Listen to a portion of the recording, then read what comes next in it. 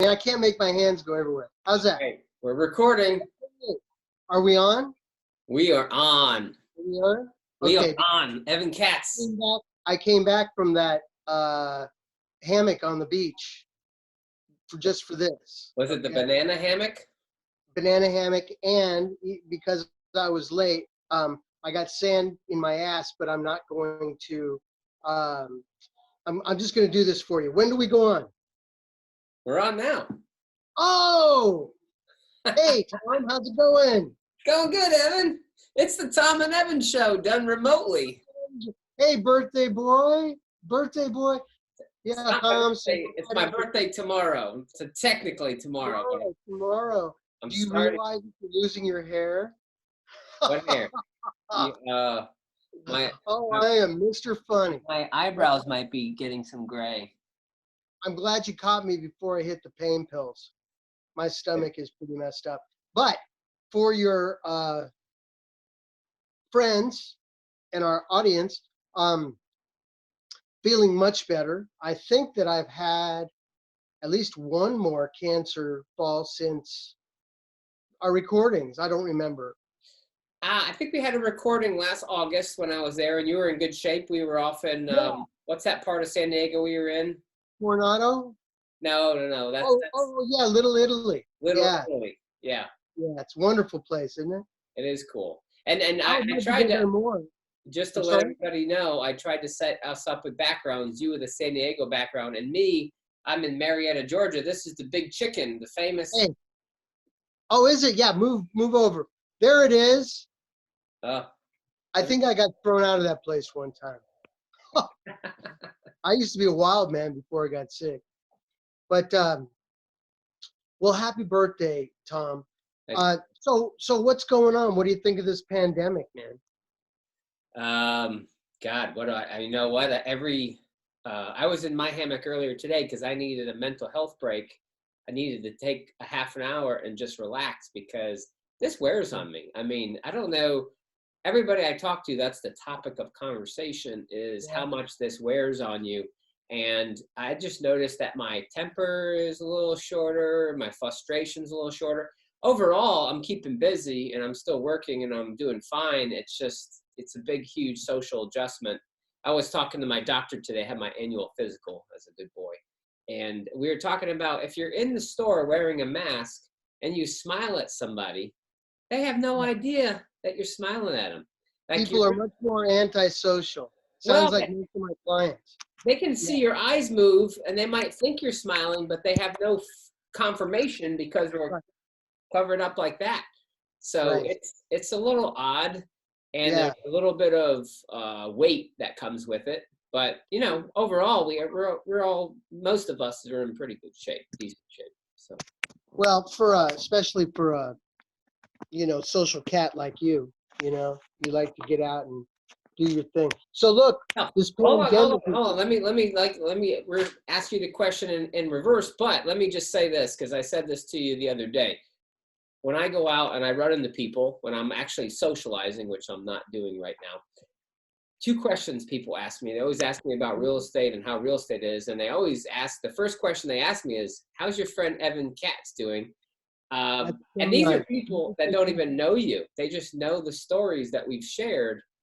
And so this idea was to give them another taste of tell us what's going on with you and how you're dealing with this pandemic and your own situation.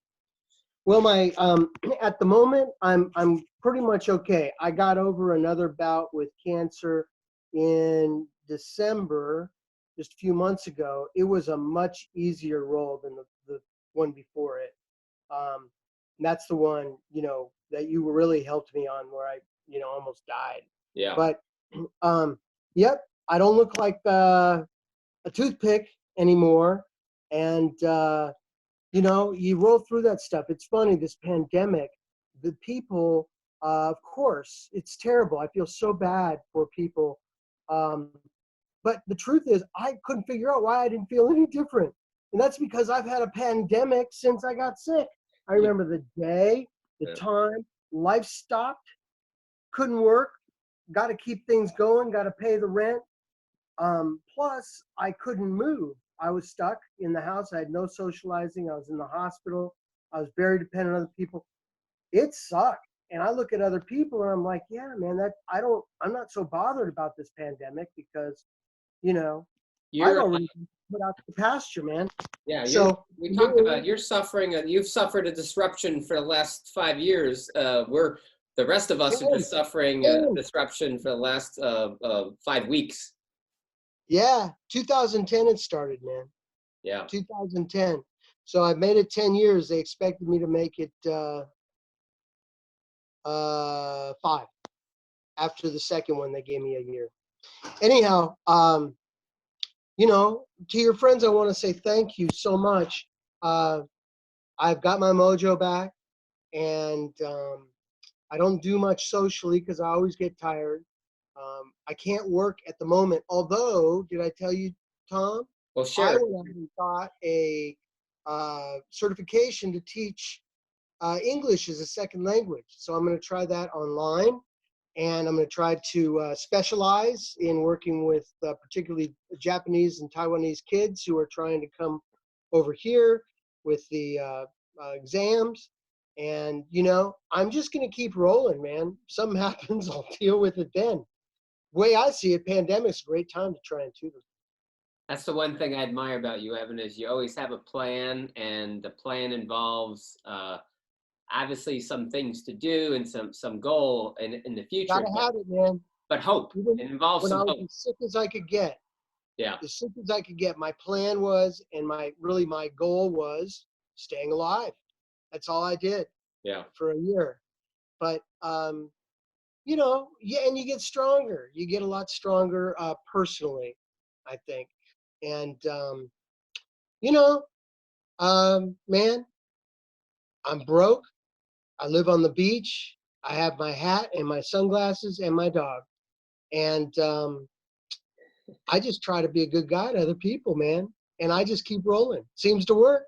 So that's all I do. And I'm going to help kids. I'm going to do it for what they can afford, the ones around here. And man, no complaints, brother. I'm doing good for now. I can eat what I want. Awesome. 160 pounds. I was 119. I think last year you were like 190. Well, you were getting up there. Very heavy. Last year I was very heavy. You're right. Yep. And I'm staying at 160. You went from 1 year in 2018, you look like you're about 130. I mean, you were emaciated. And then 1 year later, you had color in your face. You looked like you packed on a bunch of weight, 50. I think you said it was 50 pounds, right? Yeah.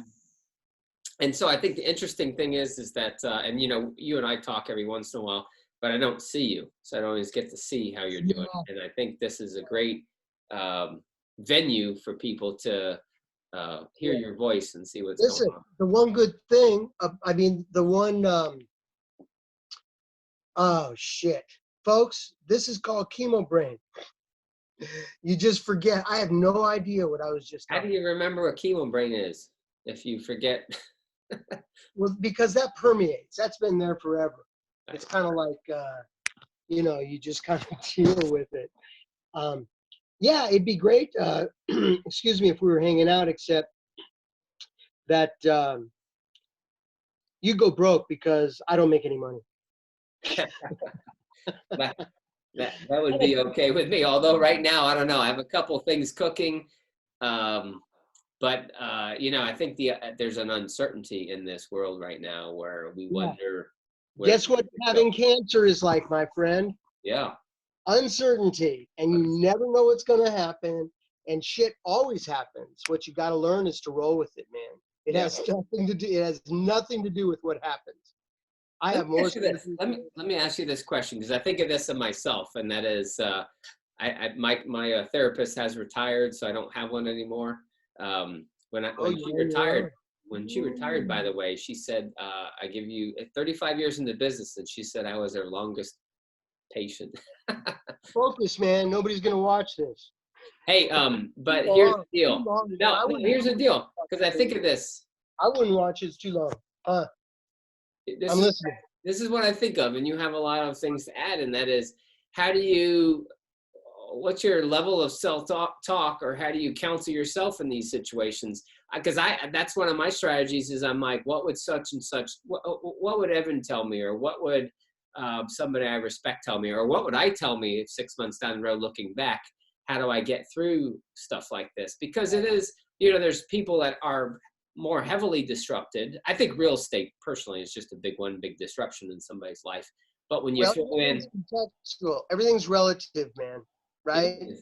Well, and that's a big part of realizing what you're talking about when you ask me. I have to remember that everything is relative, and that it's accepting that I don't focus. It's what you focus on. Whatever you focus on will always get bigger, always. And it's not fair what's happened, if you, in a way, to me. But on the other hand, I'm very lucky. I'm in the United States. I get a disability check, man. I'm a very lucky guy. I got the best health care. I got great doctors. So that's what I focus on. And when you focus on that, you accept that more than the other, because you're thinking of going forward or where you are more. The other thing is, you have to ask yourself, do I want to be right or happy? Because it's not right, like it is in this pandemic, that people get evicted. It's not okay that people who have to stay inside, particularly older people in the cold area, they're going to commit suicide. It happens all the time because they're alone. Because when you're left with your own head, man, me anyhow, that's not a good place for me to be. Bad company. Yeah, no, it's tough. What have you noticed where you live? Because I know you're by the beach and stuff. So what are the strange things that you notice? I mean, I would imagine like traffic in San Diego has got to be fairly non-existent. Oh, yeah.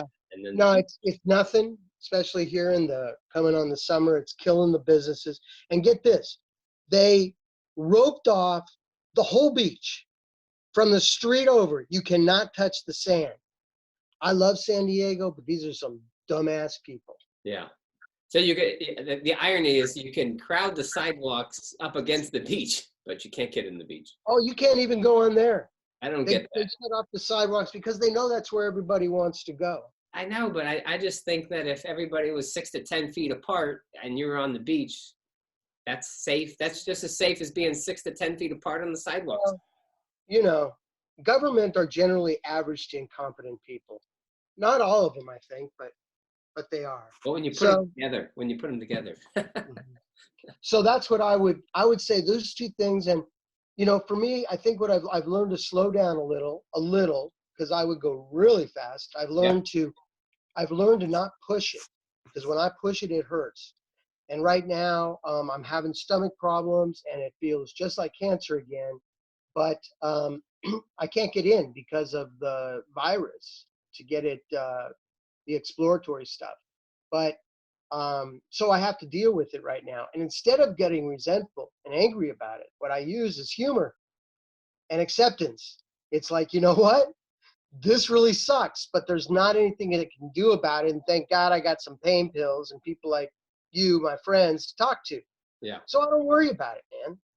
I don't even think about it that way. I honestly don't. Once in a while, you see me on Facebook going, but not very often, because that's not strength. For me, I got to, be cool. But every now and then, you got to scream. Usually I'll do it in my car. Yeah. Honestly, I used to tell clients, time it. Take 30 seconds, go in your car, scream your ass off at whoever you want, however you want. And at 30 seconds, you have to stop. That's game. I think game over, man. Good. Get back to life. Good advice. Good advice. Because if I had any hair, I'd be pulling it out about now. So. You only die once. You only die once, but you live every day up to then. So I try to focus on what I'm doing today, which is living. Yeah. If you think too far ahead, what will happen is that you'll get anxiety, because we have fear of the future. A day ahead, an hour ahead, a year ahead. But if we look backwards too much, we get angry. We get sad, because then we're all wrapped up in what we should have done and should have done different. Yeah. So the only place to really be is kind of where you are in a, kind of zone. It doesn't have to be. We would call that in counseling the shoulda, woulda, coulda, or the cognitive distortions. And now, mine. I'm sorry. I said the cognitive distortions. There's like 12 cognitive distortions and the Right, shoulds right, and the woulds. right. Well, I say it different with my clients. I just say, do you hear yourself? I say to the guys I work with, that's really fucked up. That's what I tell them. and because of the guys I work with, they say, wow, thanks for being honest. You like my pet chicken here. I like your chicken, man. You're into chickens. Did you know that the one thing that I have a phobia about is chickens? Really? Chickens scare the shit out of me. Just being around them, I can see them looking at me. They can sense my fear. Are you afraid being choked by the chicken? No. I don't choke chickens. And even if I had a chicken, I wouldn't choke my chicken. So, I'm just not into the animals. If I was, I wouldn't say so because it's going on video and somebody. I think in this time period, this week, at the end of the week, it's like slapstick humor right now is key. Yeah. Is it the end of the week? I think that's the hard thing now. I know you've been living in your own sort of situation, but I think for the most part, some days I'm not even sure what day it is, and I'm going, wait a minute, today's Friday. Normally I might go out on a Friday night, but no. Tonight I think I might clean my house. I mean that's the excitement of Friday night. So. Well, it's important to remember, people, you didn't have Easter together. I didn't have Passover, which traditionally is with family and friends. Yeah. And shit happens. Yeah. As long as the pandemic was really surging, particularly overseas, they weren't having fights. The war went down. Yep. There was no war right then. And let me just say this because I remember these things like going out of style. Is 2014. I came out to visit you in San Diego for the first time, and we celebrated Thanksgiving together with your. That's right. Your family had me over. With my mom. I remember. Yep. And that's when you first. No, that was 2016, wasn't it? That was 2000. That's when you came out, and I was really sick. No, I've been going there for 5 years now. Every year I go there every year. About the same time in August, and I've seen you every year for 5 years. Yeah. It was August. Yeah, that's when it really started to get bad. Yep. Yeah. When you came out in November. Yeah. So I remember those things, and I remember, holiday, especially Thanksgiving, you tend to look back and give thanks, and so that was an interesting Thanksgiving. And you were here. You are 5 years. How many years later? 6. Yeah. 6 years later. Living La Vida Loca in the way that you can. Here's a view, right? Here, see, look, Mr. Thin, man, the right way. Nice, with the standard issue San Diego shirt. Oh yeah. Well, listen, buddy, my concentration is starting to wane. Yeah, that's the other thing. I have energy and I love it and I love life. And then about 10 minutes later, I have to stop everything. That's okay. You did good. Okay. Hey, listen, man, I'm okay. I'm fine. Pain is, it's nothing compared to where I used to be. So I'm doing great. I'm so happy for you on your birthday. I don't know what the big 60 is like, but I'm getting there. And I wonder, I guess it's something you'll have to check on at the time, and I really do have to go. But I'll leave you with this. You might do a little research to find out, as you get older, if your head part, your scalp, gets wrinkled the way my face does. Yeah. It's something to consider, man. Check it out. That might be a good time to grow hair. What do you think? When your head starts to wrinkle. Okay, my friend. Is this okay? We good? Perfect, man. Perfect. Good to talk with you in person or in video. To all your friends and people that you mention, and to all my friends and family and everyone, I cannot begin to tell you what it feels like for you to say things like that. Because like we are stuck today in this pandemic, I am stuck in my house too, and I never know, I don't feel really useful very often. So it's very nice, and I'm very touched. I honestly am. I'm very, very lucky human being.